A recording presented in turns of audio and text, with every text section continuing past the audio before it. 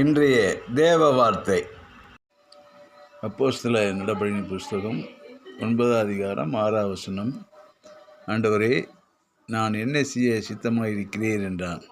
அதற்கு கர்த்தர், நீ எழுந்து பட்டணத்துக்குள்ளே போ, நீ செய்ய வேண்டியது அங்கே உனக்கு சொல்லப்படும் என்றார். ஆமென். சவுல் என்று சொல்லக்கூடிய ஒரு மனுஷன் கிறிஸ்துவுக்கு விரோதமாக எழும்பி அவர்களை துன்பப்படுத்தின போது ஆண்டவராகிய கர்த்தர் அவனுக்கு தரிசனமாகி தன்னை வெளிப்படுத்தின போது அவன் ஆண்டவரை நோக்கி, ஆண்டவரே, நீ என்னை என்ன செய்ய சித்தமாக இருக்கிறீர் என்று சொல்லி கேட்கிறான்.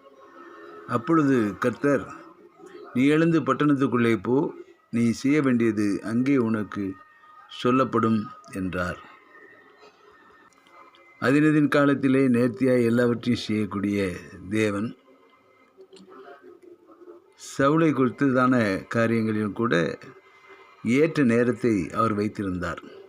எனவேதான் தேவன் அவனுக்கு தரிசனமான உடனே அவனை குறித்த காரியங்களை எல்லாவற்றையும் வெளிப்படுத்தாமல், நீ பட்டணத்துக்கு போ, அங்கே உனக்கு சொல்லப்படும் என்று சொல்லி அனுப்பினார்.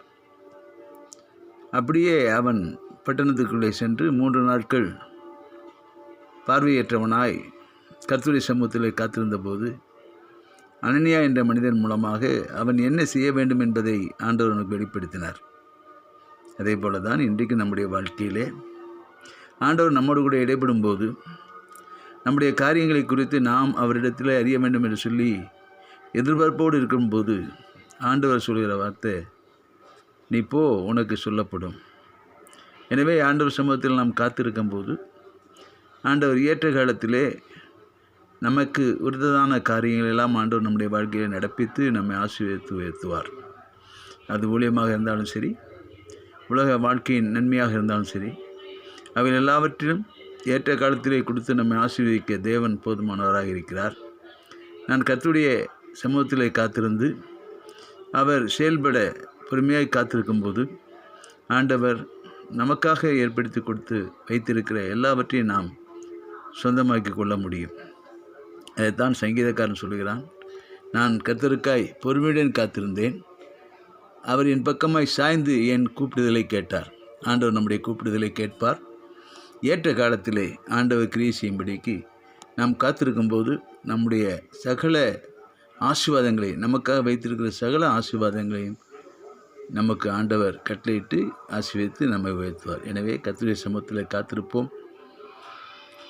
அவர் நம்ம உயர்த்தும்படிக்கு அவருடைய பலத்த கருத்துக்குள்ளே நாம் காத்திருக்கும் போது அவருடைய ஏற்ற காலத்தில் நம்ம உயர்த்தி ஆசீர்வதிப்பார். காத்திருப்பது இருதயத்தை இழைக்க பண்ணும், ஆனால் வேண்டினது வரும்போதோ ஜீவ விருட்சம் போல இருக்கும். ஆண்டவர் அப்படிப்பட்ட மேலான ஆசீர்வாதங்களை தந்தருவார். எனவே கர்த்தருக்காய் காத்திருப்போம். அவர் நம்முடைய வாழ்விலே செயல்பட அவருடைய கிரியைக்காய் காத்திருப்போம். ஆண்டவர் ஏற்ற நேரத்திலே நம்மை ஆசீர்வதித்து உயர்த்தி அவருடைய நாமத்தை நம்முடைய வாழ்க்கையிலே மகிமைப்படுத்துவார். கர்த்தருடைய ஆசீர்வாதம் நம்மளை தங்கியிருப்பதாக. ஆமென், ஆமென்.